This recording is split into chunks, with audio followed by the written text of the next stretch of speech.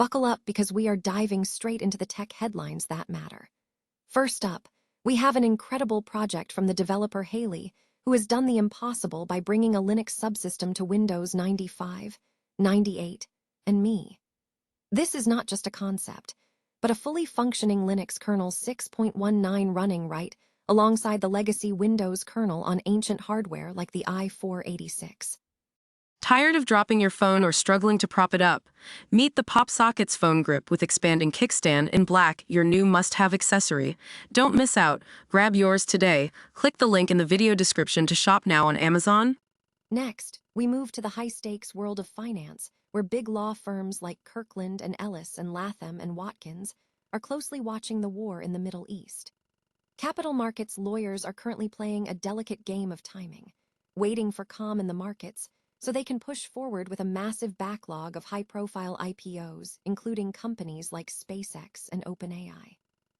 Returning to that wild development story, we have to look deeper at the WSL9X project and why it is catching everyone by surprise.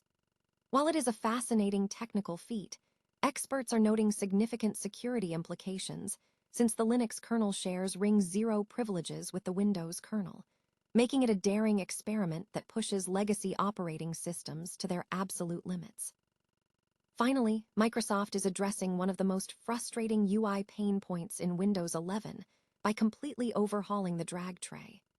The newly renamed drop tray is now more subtle, less intrusive, and finally stops getting in the way when you are moving files to your desktop folders.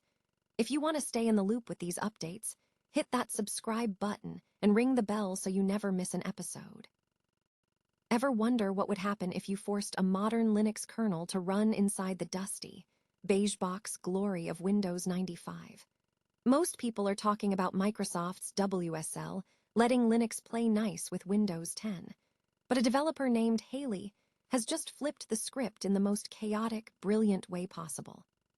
She's created WSL9X, a project that brings a Linux subsystem, specifically kernel 6.19, directly onto Windows 95, 98, and me.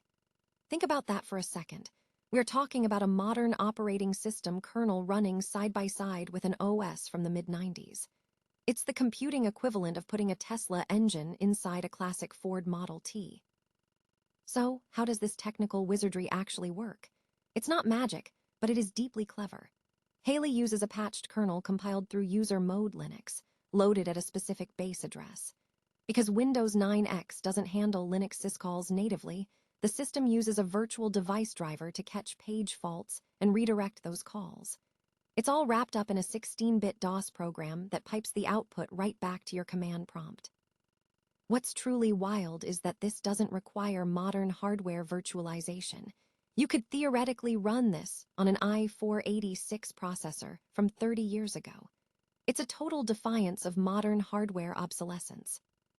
Now, you have to build this from source over on Codeberg, so it's definitely not for the faint of heart or the casual user. But it does raise a fun question. Is this just an elaborate, nerdy gimmick, or is it a masterclass in proving that software has no true expiration date? I'd love to hear your take.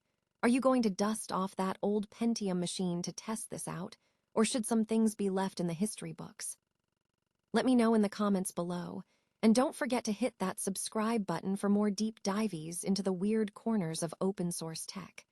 Sometimes, looking backward is the best way to see how far we've really come.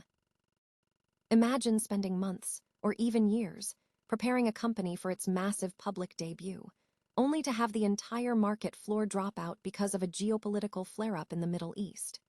That is the high-stakes game of stop and start, currently being played by big law attorneys, and it is absolutely fascinating.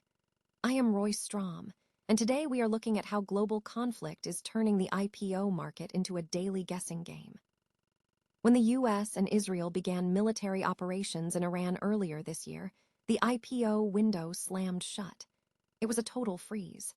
But as we saw last week, the second a ceasefire was announced, the floodgates creaked open.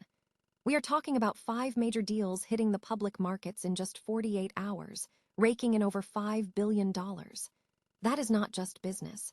That is a calculated sprint to the finish line. Partners at top-tier firms like Kirkland and Ellis are basically telling their clients to be ready to jump at a moment's notice. It is less about scientific market analysis and more about an art form, reading the headlines and predicting the next move.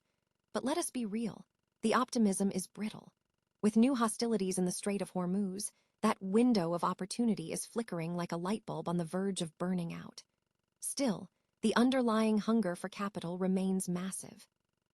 We are looking at a backlog of unicorns, over 1,500 private companies valued at more than $1 billion, just waiting for their chance to go public.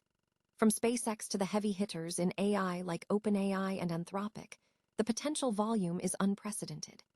Even if the immediate headlines look grim, lawyers like Latham and Watkins Stelios Sappho's are keeping their eyes on the horizon, staying the course because they know this demand isn't going anywhere.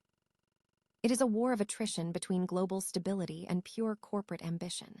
So, will the resilience of the U.S. equity markets hold up if the Strait of Hormuz stays closed? That is the billion-dollar question. If you are watching the intersection of law, money, and global power, this is where the action is. What do you think? Are we heading for a record-breaking year for IPOs, or is the volatility just too much for the market to bear? Drop a comment below. Make sure to subscribe for more deep dives into the world of big law, and thanks for watching.